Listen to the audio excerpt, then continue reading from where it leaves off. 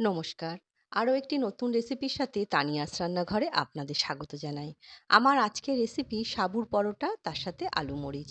এই সাবুর পরোটাটা শ্রাবণ মাসের সোমবার বা একাদশী বা যেকোনো উপবাসে কিন্তু একবার ট্রাই করে দেখতে পারেন। খেতে কিন্তু বেশ ভালো লাগে।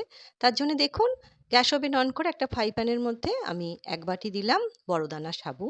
এবার গ্যাসের ফ্লেম মিডিয়ামে রেখে অনবরত নাড়াচাড়া করে সাবুটা আমি ভেজে নিচ্ছি।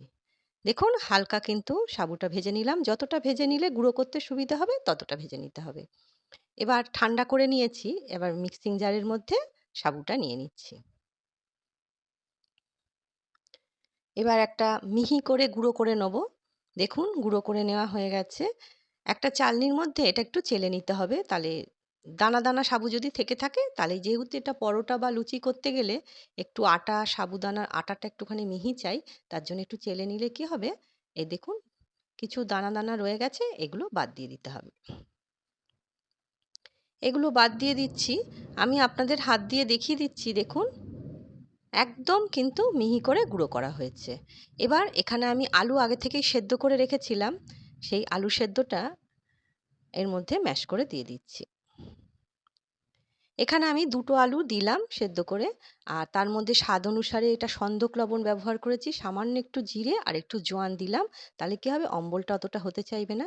একটুখানি ঘি আর দিলাম ধনেপাতা কুচি। এর মধ্যে আদা আর কাঁচা লঙ্কা আমি গ্রেট করে দিয়েছি, কিন্তু ক্লিপটা মিস হয়ে যাওয়াতে সেটা আমি আপনাদের সাথে শেয়ার করতে পারলাম না। খুব ভালো করে দেখুন সমস্ত কিছু মিশিয়ে নিতে হবে। আগে শুকনো উপকরণগুলো মিশিয়ে নিলাম। এবার অল্প, অল্প করে জল দিয়ে আমি একটা ডো তৈরি করে নেব। দেখুন, মেখে একটা ডো তৈরি করে নিয়েছি। খুব ভালো করে মেখে নিয়েছি। দেখুন, দেখিয়ে দিচ্ছি, ঠিক এরকম নরম করে মেখে নিতে হবে। এবার এটা ঢাকা দিয়ে রেস্টে রাখছি। আলু মরিচ তৈরি করার জন্য গ্যাস ওভেন অন করে একটা কড়াই বসিয়ে তার মধ্যে আমি 1/2 চামচের মতো ঘি দিলাম। সামান্য একটু জিরে দিচ্ছি ফোড়নে। ফোড়নটা একটুখানি ভেজে নেব। আলু আমি আগে থেকেই সেদ্ধ করে এইভাবে কেটে রেখেছি। সেই আলু সেদ্ধটা এর মধ্যে দিয়ে দিচ্ছি। স্বাদ অনুসারে সামান্য একটুখানি সন্দক লবণ আর দিচ্ছি গোলমরিচ। গোটা গোলমরিচ কাঠখোলায় ভেজে গুঁড়ো করে নিয়েছি। তাহলে কিন্তু খেতে বেশ ভালো লাগবে। এমনি প্যাকেটের গোলমরিচের গুঁড়ো দিলে কি হবে, একটু দানা, দানা থাকে না তো? এই আলু মরিচটা তৈরি করতে গেলে একটুখানি কাঠখোলায় ভেজে যদি গোলমরিচটা গুঁড়ো করে নেওয়া যায়, তাহলে কিন্তু স্বাদটা বেশ ভালো আসে। তৈরি হয়ে গেল আলু মরিচ, একটা থালার মধ্যে নামিয়ে নিলাম। এদিকে দেখুন, খানিকক্ষণের জন্য আমি রেস্টে রেখেছিলাম ডোটা। এবার সেখান থেকে এরম বড়, বড় করে লেচি করে নেব। বেশ অনেকটাই বড় করে দেখুন লেচিটা আমি করে নিয়েছি। এবার আমি হালকা হাতে বেলবো। আমি কিন্তু একটুখানি সাবুদানা যখন গুঁড়ো করেছিলাম, একটুখানি সাবুদানার আটা রেখে দিয়েছিলাম এটা বেলার জন্যে। আপনারা অবশ্যই একটুখানি তুলে রেখে দেবেন, না হলে কিন্তু বেলতে অসুবিধা হবে। এবার খুব হালকা হাতে কিন্তু বেলে নিচ্ছি।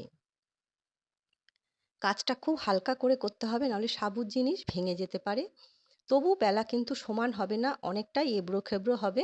তার জন্যে আমি একটা বাটির সাহায্যে এইভাবে গোল করে নেব। তাহলে বেশ দেখতেও ভালো লাগবে আর তৈরি করতেও বেশ সুবিধা হবে। দেখুন, এইভাবে আমি বেশ অনেক কটাই বেলে নেব। খুব হালকা হাতে কিন্তু কাজটা করতে হবে। এইভাবে আমি দেখুন অনেক কটাই বেলে নিয়েছি। ওদিকে গ্যাস ওভেন অন করে একটা ফ্রাই প্যান আমি গরম হতে বসিয়ে দিয়েছিলাম। হালকা গরম হয়েছে। একটা সাবুর পরোটা দিলাম। এপিঠ ওপিঠ করে ১ম এ আমি একটু সেঁকে নেব।